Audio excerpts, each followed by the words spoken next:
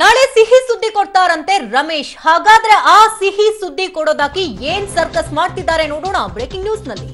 ಕಾಂಗ್ರೆಸ್ ಅತೃಪ್ತ ಶಾಸಕರ ಸಭೆಯನ್ನ ನಾಳೆ ರಮೇಶ್ ಜಾರಕಿಹೊಳಿ ಕರೆದಿದ್ದಾರೆ. ಹಾಗಾದ್ರೆ ಸಾಮೂಹಿಕ ರಾಜೀನಾಮೆ ಕೊಡುವಂತಹ ಸಾಧ್ಯತೆಗಳಿದ್ಯಾ ಅನ್ನುವಂತಹ ಲೆಕ್ಕಾಚಾರಗಳು ಹಾಕಬೇಕಾಗುತ್ತೆ. ನಾಳಿನ ಸಭೆಯ ಬಳಿಕ ರಾಜೀನಾಮೆ ಬಗ್ಗೆ ದೃಢ ನಿರ್ಧಾರವನ್ನ ತೀರ್ಮಾನವನ್ನ ಕೈಗೊಳ್ತಾರಂತೆ. ಆದಷ್ಟು ಶೀಘ್ರವೇ ಸಿಹಿ ಸುದ್ದಿ ಕೊಡ್ತೀನಿ ಅಂತ ರಮೇಶ್ ಜಾರಕಿಹೊಳಿ ಹೇಳಿದ್ದಾರೆ.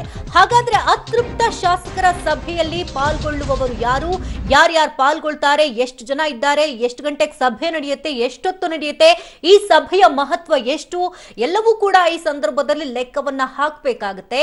ಕೈ ಅತೃಪ್ತರು ಹಾಗಾದ್ರೆ ಒಂದು ವೇಳೆ ಸಾಮೂಹಿಕ ರಾಜೀನಾಮೆಯನ್ನ ಕೊಟ್ಟೇ ಬಿಡ್ತಾರಾ ಅನ್ನುವಂತಹ ಪ್ರಶ್ನೆ.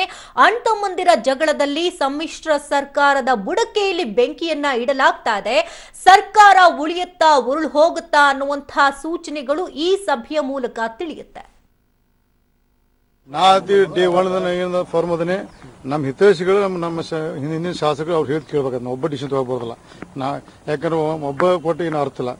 ನೀವು ಯಾಕಂದ್ರೆ ನಾನು ಹೇಳಿದ್ ನಿಜ, 4 ದಿವಸ ಟೈಮ್ ತಗೊಂಡಿನಿ. ಆಮೇಲೆ ಎಲ್ಲ ಕೂಡಿದಾಗ ಒಂದು ನಿರ್ಣಯ ತಗೊಂಡು ಆ ಪ್ರಕಾರ ನಮ್ಮ, ಯಾಕಂದ್ರೆ ಇದು ಒಂದು ಗ್ರೂಪ್ ಡಿಸಿಷನ್, ಒಬ್ಬ ಏಕಾಂಗಿ ಡಿಸಿಷನ್ ಅಲ್ಲ. ಅದಕ್ಕೆ ನಾ ಅದನ್ನ ಎಲ್ಲರೂ ಹೇಳಿದಂಗೆ ಕೇಳ್ಬೇಕು. ಎಲ್ಲ ಕೂಡಿ ಇವತ್ತು ನಾವು ಕೂಡ್ತೇವೆ, ಅವ್ರು ಏನಂತ ನಿರ್ಣಯ ತಗೋತೀವಿ.